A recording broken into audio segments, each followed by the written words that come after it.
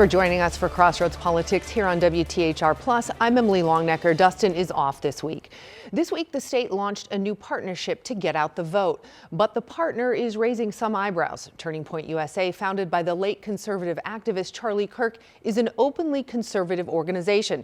Governor Braun says partisanship won't be a problem, but critics are pushing back on that and also questioning the partnership between Turning Point and the Secretary of State's office. It's going to be an even playing field. I'm about equal opportunity, no bigotry, none of that stuff. That's how Indiana Governor Mike Braun describes his support for Turning Point USA, setting up more chapters at colleges and schools across Indiana. We're not saying you've got to do it. We're just saying you're going to have the ability. According to Turning Point, right now there are 34 chapters at Indiana colleges and 65 high school chapters. In an email to 13 News, Turning Point said there were instances where schools had denied students or created obstacles to students forming chapters. The email said Turning Point had communicated those cases both to the governor and AG's office. We reached out to both offices via email for specifics.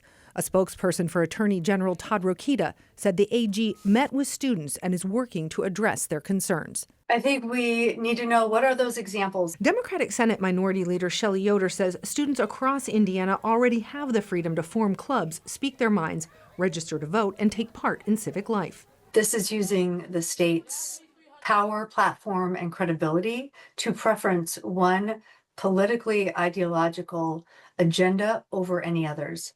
Thursday's announcement comes on the heels of another one involving Turning Point earlier this week from Secretary of State Diego Morales. Morales announced his office would partner with Turning Point to host voter registration drives on high school campuses and give students up-to-date election information. The initiative will also highlight a state program that allows eligible students to serve as poll workers. And this is about our side getting better at what the other side has used for decades to outmaneuver us. But a UIndy political science professor calls the partnership between the Secretary of State and Turning Point problematic. And it's unfortunate because you do want to see the Secretary of State encouraging voting, but not in a way that's going to favor one ideology over another. The governor said this is not about suppressing the other point of view, but making sure conservative students have a voice. Critics ask how they couldn't have a voice in a state with a Republican supermajority. Rising utility costs have been a big concern for Hoosiers. This week, Governor Braun talked about some of the measures he believes will help bring those costs down. His remarks came against the backdrop of the conflict in Iran as oil prices are going up, and with them, the cost of gas. As the conflict in Iran continues and the cost of oil rises, Governor Braun was asked Monday if he'd consider suspending Indiana's tax on gas in the short term to help Hoosiers deal with the cost at the pump.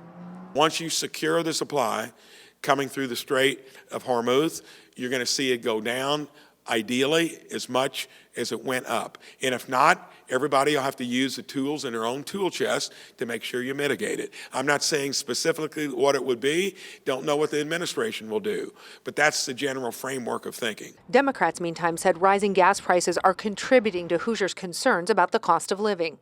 House Democrats have supported eliminating, for a period of time, the sales tax on gas, the gas tax, the significant Indiana state gas tax.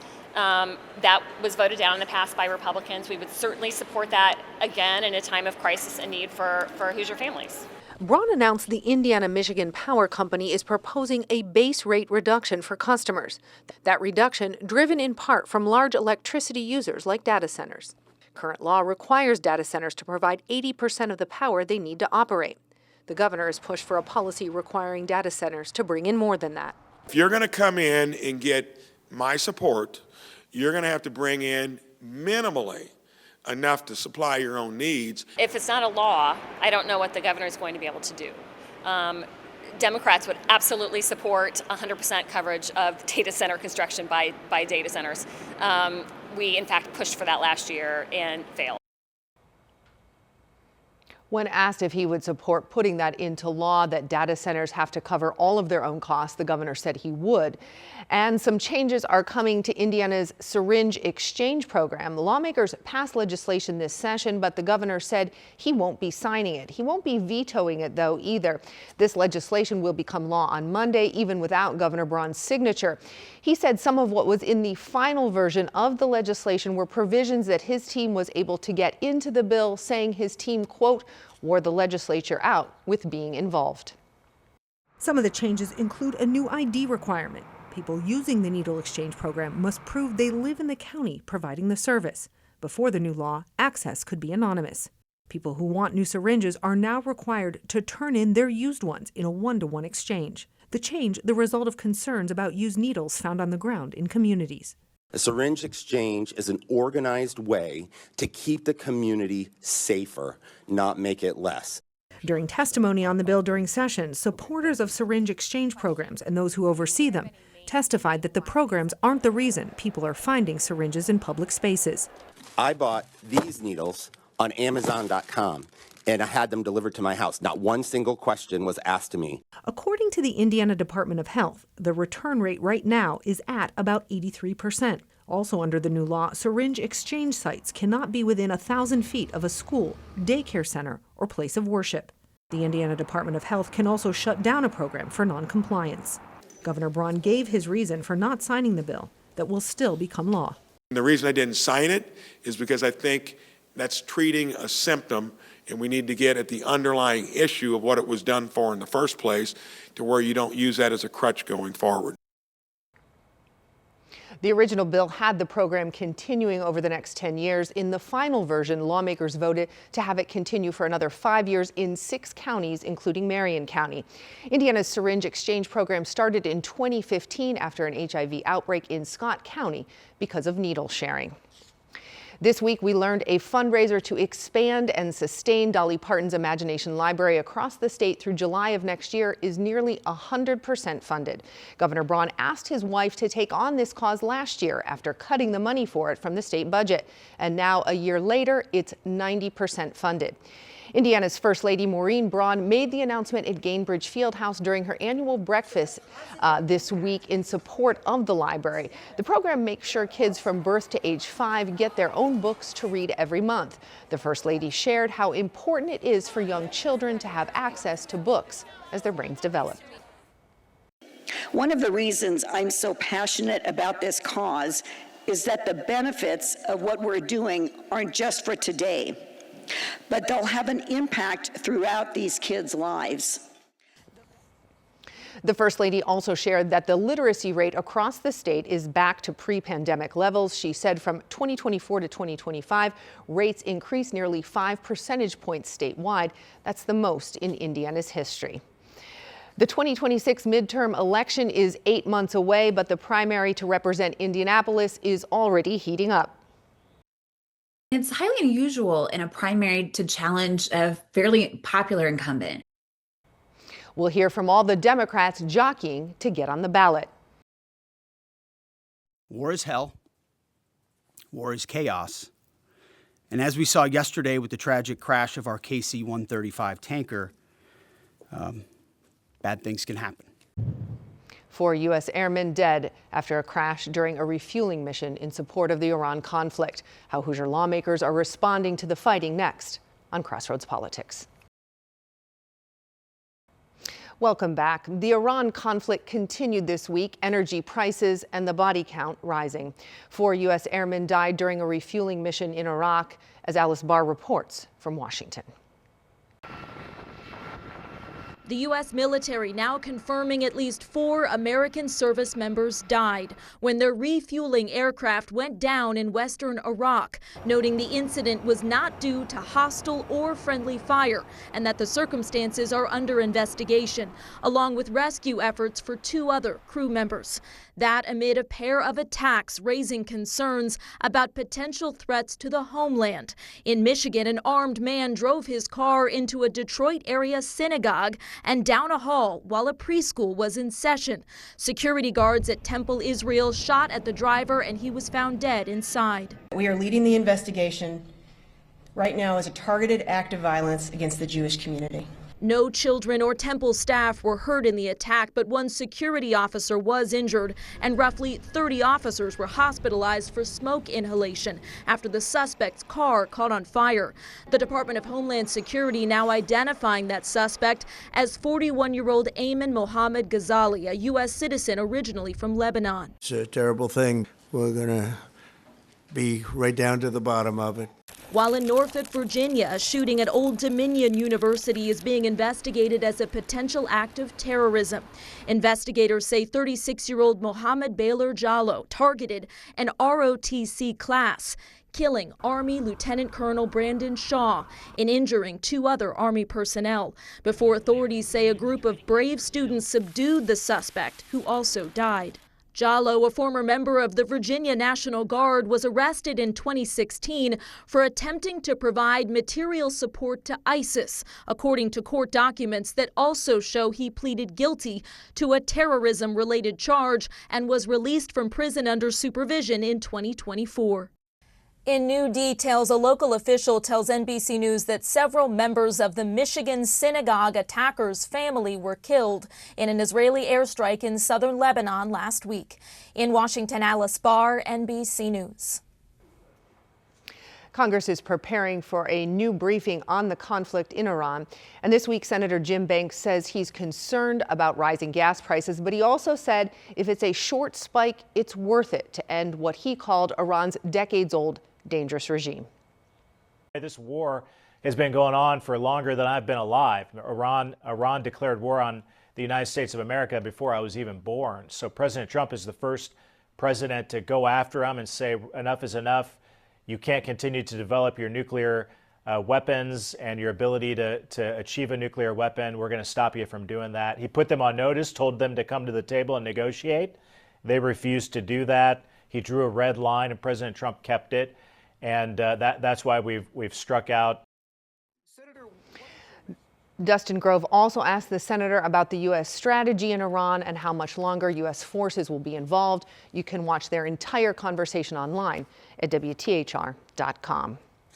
Congressman Andre Carson is also weighing in on the conflict. And Carson took questions this week following his announcement that he's running for re-election to Congress. As the conflict in Iran and the Middle East continues, Congressman Andre Carson says it's time for President Trump to address Congress on it. The enactment of war is outlined in the U.S. Constitution. The president can do so under exigent circumstances or in the event there is an imminent attack against the United States.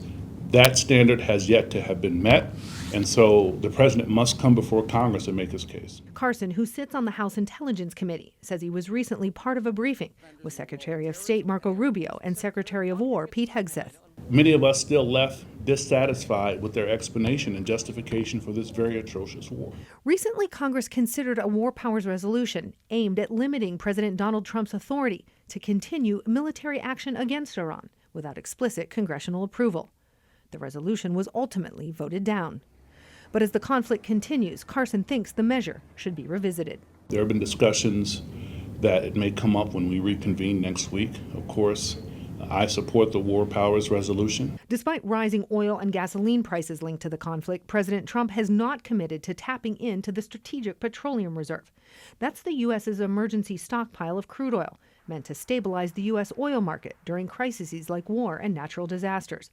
Carson thinks it's time.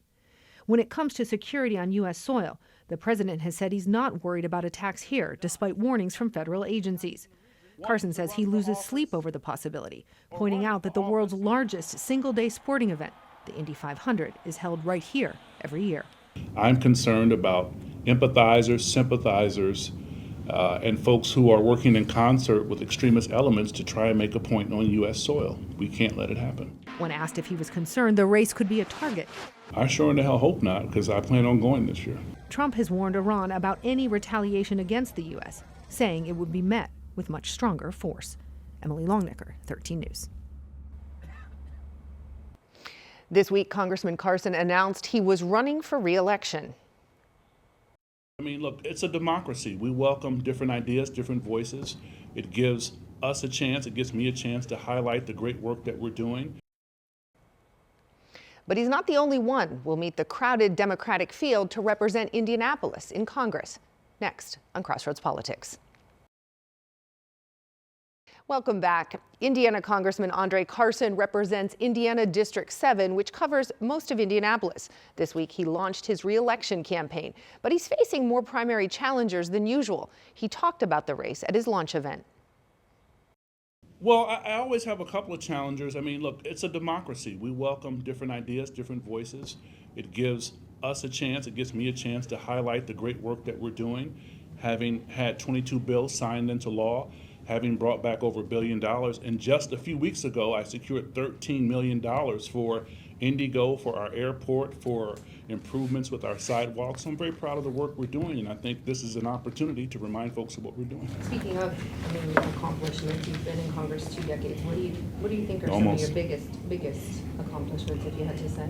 I think having gotten 22 bills signed into law, many members of Congress who've had my tenure, even though I'm middle-aged in Congress, I'm considered quite young. I have colleagues who come up to me and they say, well, my daughter's your age, my son's your age. That's a different conversation, but I think having that many bills signed into law through bipartisan support is unprecedented in many ways. You have members who have served longer than me who haven't had one bill signed into law, so I'm happy about the work. And having brought $1 billion back to Indiana. You talked about Dems hopefully winning back, you said, the House and the Senate. You know, polls are showing that people are unhappy with the president, but also there's some polls showing that they're unhappy with Democrats too. Mm-hmm. What do Democrats need to do to change that? I think we're doing it right now. We're seeing a lot of activism take place across the country. It was Democratic activism that helped push back on redistricting efforts, where we were able to get good Hoosier-minded Republicans to help shut down Donald Trump's very destructive redistricting efforts. Other states have been inspired, though we're still awaiting a decision from the Supreme Court as to what's going to happen to many of the southern states.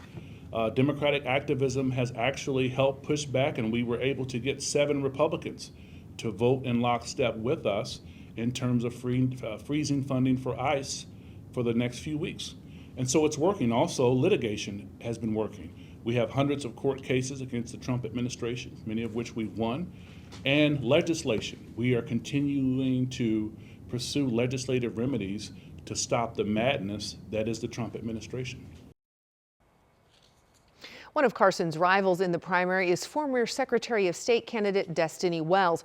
She spoke with 13 News anchor Felicia Lawrence about running against Carson and why she's doing it. I am running for Congress because we can do better in Congressional District 7. That is the majority of Marion County.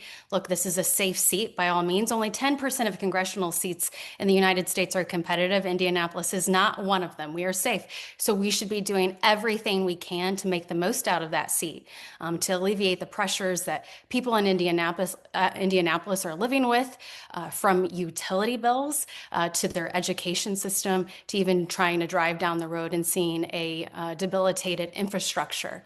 And we can do better here. I've ran in Congressional District 7 twice now, outperformed everyone on the ballot at the top of the ballot, whether it was the presidential race, governor, and the congressman. And so I wouldn't be doing this if I didn't know that we already have a message on this campaign that resonates with the members of Congressional District 7. What do you think that you would offer different from Representative Carson? Right, we are seeing a slew of races across the United States where there are Democratic challengers to the incumbent, and that goes for Congressman Carson too. The current caucus has largely been bought off by corporate interest, and you see that in the finance reports of the congressman. Just before the BlackRock news broke, October 1st, on actually September 30th, Congressman Carson took donations from BlackRock, and it is not just our utilities. He's also taken them from AES, but it is a slew of defense contractors as we are now seeing conflict in the Middle East. I have a 23-year military career I'm still in. I have spent years away from my family and even served in combat. And so no one takes that more seriously than a veteran of a war in what we are doing in the Middle East. And it's not just, again, defense contractors or utilities. It's everything that affects your lives, whether it is your health care. Those are corporate interests that are at at play here in Indianapolis. And we need to get money out of politics. I am taking zero corporate donations, because we need to start doing things differently in Washington, D.C. Wells is not the only one running against Carson. George Tornado has raised more than $250,000 in his campaign to challenge the congressman. Felicia also spoke with him this week and asked why he was running. Because I'm not afraid, and because somebody had to step up. I mean, I respect Congressman Carson, but after 18 years of service, I think it's time for a change. Somebody that's more present, more proactive, has more fight in them for this moment, because these are not normal political times. I am proud that we have built the largest Democratic field operation that the state of Indiana has seen in years. We have knocked over 33,000 doors, made over 750,000 phone calls. And when I'm talking to folks all over the district, regardless of age, race, gender, income, neighborhood, people are hungry for presence. People are hungry for change. They are hungry for results. And they just feel like they've not been getting it. And so that's why I'm running, to be able to bring that to the community and try and, rebuild civic political engagement here in Indy. This is a safe Democratic seat. By and large, you're going to have a safe Democratic vote. It could be the congressman, me, it could be you that's in there, and anybody can be up or down on any given issue. So my qualms with the congressman are less around his voting record than how he uses, or rather does not use, the role. So that means that we sometimes have to talk about some uncomfortable truths. One uncomfortable truth is the fact that the Center for Effective Lawmaking, a nonpartisan institute, consistently ranks the congressman in the bottom 10% in legislative effectiveness for all members of Congress, regardless of party, regardless of the House or Senate. We also lag behind peer cities across the country in how much federal funds we bring home.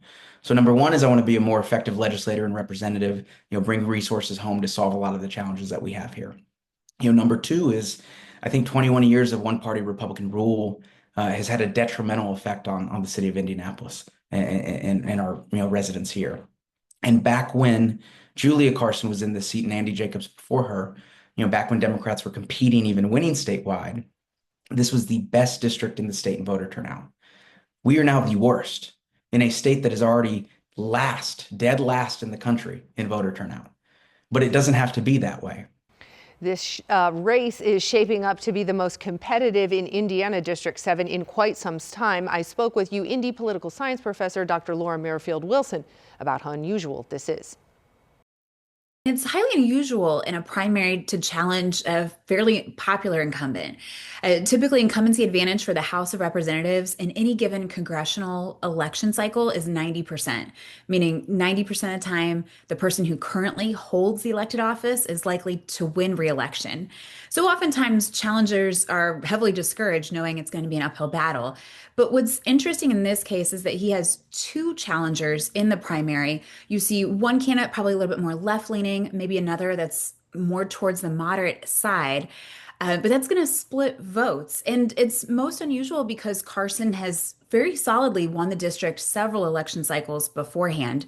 So you're talking about the benefits of incumbency advantage, but having challengers in the primary where we see Carson is going to have to compete. He's going to have to run for his primary election before the general election takes place. Do you see them trying to get him to the table for some kind of debate? I think that would be a wise decision as a challenger. Challengers would have a lot of incentive on bringing the incumbent in for debate. It always promotes a challenger more so than the incumbent because the incumbent already has name recognition. They've already done things in office. This gives the challenger free publicity in a way, but it also allows a challenging candidate to try to hold the incumbent to their record and to try to push back and say, but you haven't done this, but we'd want to see this. The incumbent tends to have the upper hand in most things politics. They have the record. They can talk about what they have done to serve constituents, what policies they have passed. And a challenger can say, this is what I would do if elected. But having a debate obviously brings a lot of attention to the office and is going to really benefit the challenger candidates who typically don't have as much money. They don't have the same level of name recognition, and they might not be as well known to constituents and voters in that race. Destiny Wells, we kind of know her. She ran for Secretary of State. She also ran for Attorney General. Now she's throwing her hat in the ring. What do you think of that choice? I mean, she is in these different election cycles. Yeah, Wells is very interesting. She was a strong candidate both for the Secretary of State race back in 2022 and then more recently in the Attorney General race in 2024. And she represented the Democratic ticket in the general election for both of those. Now, she put her name in the ring, so to speak, very late, right before the filing deadline this cycle. So I'm curious as to the motivation why this particular race. Obviously, she's been a strong candidate, but she hasn't won one of those offices yet. And this is going to be a very challenging race when you're talking about the uphill battle of facing a longstanding incumbent who's been relatively popular and has done a lot for constituents in the district. George Hornato, from here originally, I think it looks like spent a lot of time in DC working. He seems to have had his name, out there, gosh, a year ago, and then he kind of seemed to quiet down when there was like that redistricting question. We weren't sure what was going to happen with redistricting, and then here we are. It's kind of amped up again. You see his signs out and about already. Oh, yeah. Hornato is really interesting because he's attacking Carson from the left, saying Carson hasn't done enough, right? Really showing Carson as being much more moderate and maybe too appeasing to the center versus Hornato positioning himself saying he's much more liberal as an option as a candidate. And while that would be very difficult to run in the general, in a primary election, that can be attractive to voters that tend to be on the periphery. They tend to be stronger ideologically. And so we would see in a Democratic primary voters that say, no, we really want a strong liberal voice as a Democratic candidate. And I think that's where Hornato certainly has an advantage. He doesn't necessarily have the name recognition, certainly probably doesn't have the same funding, same amount of resources as Carson currently holding that office. But that ideological push, especially coming from the far left looking in, is a really interesting strategy. Is Carson in any danger here? Did these two incumbents pose, or not incumbents, these two challengers pose any kind of, Carson has to compete in the primary in this cycle. I don't know that he's under real threat of attack, in particular because you do have now two different candidates. It's different if you're talking about just having one primary challenger. You could see those two challengers essentially split those that dislike Carson or want to see him replaced with somebody else. I do think, though, Carson's going to have to compete, and you have to run a campaign when you have people running against you. And that's just something he hasn't had to do in a primary for quite some time. And that does it for this week's episode of Crossroads Politics. I'm Emily Longnecker. For all of us here at 13 News, thanks for watching. We hope to see you next time.